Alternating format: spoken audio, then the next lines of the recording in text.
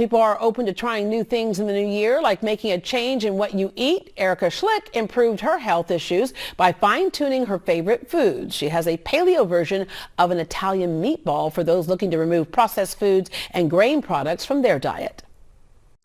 Hi, today I'm going to be showing you how to make paleo Italian style meatballs. Now, most meatball recipes tend to have some breadcrumbs in it, maybe even a little bit of bread, making them not gluten-free and definitely not paleo. So today I'm going to show you how to make a super fluffy version without any of the grains and gluten. And we're going to start with making what I call our meatball sauce. And I have 2 tablespoons of tomato paste here, and we're going to add 1 tablespoon of garlic powder. We've got 1 tablespoon of onion powder. We have a teaspoon of sea salt, and I'm going to go ahead and use a fork just to combine this a little bit, not too much just yet, but just enough to get the powder mixed in there. And then we're going to add a 1/4 cup of fresh oregano, and I always like to use fresh herbs whenever possible. And I've got a 1/4 cup of fresh basil as well. We'll just go ahead and use our fork, blend this together a little bit, and now the secret ingredient that is going to keep our meatballs super fluffy is I have 1 egg here that I've gone ahead and beaten ahead of time, and we're going to go ahead and mix that into our tomato herby sauce here. And now we're going to go ahead and mix this into our ground beef. And you can use any kind of ground meat that you want. You can use ground pork, you can use ground chicken. I tend to like beef, so we're going to make these into more of a really meaty sauce today. And so I'm going to go ahead and combine our herby egg mixture. And at this point you can either use a fork to kind of blend it in, but to be honest, I really find that using your hands works the best just to really knead the herbs and the egg mixture and the tomato into the meat. So I'm going to go ahead and get this combined and knead this in here, and then we're going to start forming our meatballs.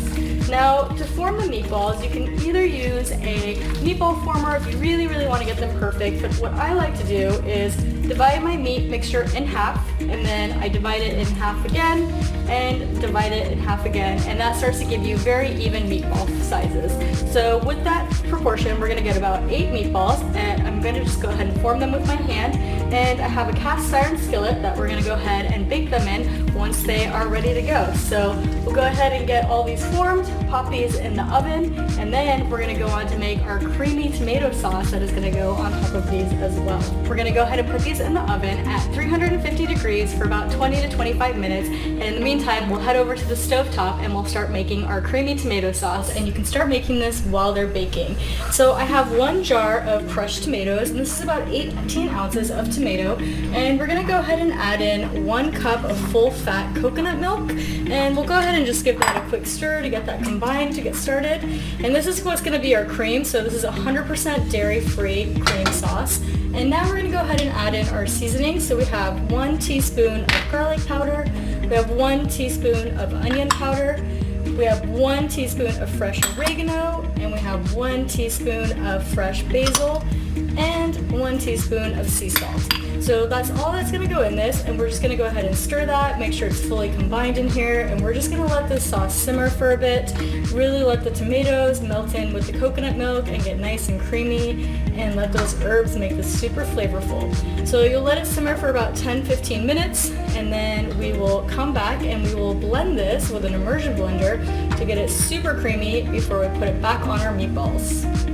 And our sauce has been simmering for about 10 to 15 minutes, and I've let it cool down just slightly, and now we're going to get to play with one of my favorite kitchen tools, and I think one of the most underrated kitchen tools. This is an immersion blender, and I love to use this for soups or any sauces that I want to thicken. And so you'll go ahead and put the blender on the end. Just make sure your soup is cold or your sauce is cold enough so that you don't splatter yourself and burn yourself, and we're going to dive in and thicken our sauce.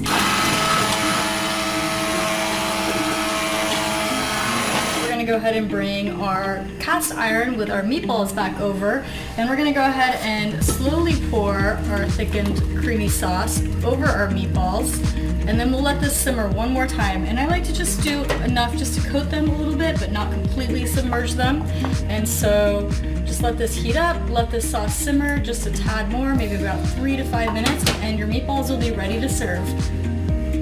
our meatballs are ready to enjoy. Now, I like to eat these with a side of zucchini noodles, or you can use your favorite gluten-free or grain-free pasta and serve these over them. You can also keep it super simple and just enjoy the sauce and the meat and do a side of sauteed greens. They work great that way too. I really hope you enjoy the recipe. It's one of my favorite, especially for this fall and winter season. And you can get this recipe on my website, thetrailtohealth.com, and you can find more healthy and delicious recipes in my cookbook, Wandering Palate, which is available on my website and Amazon as well. And you can also log on to greatdayhouston.com for more information on Erica Schlick.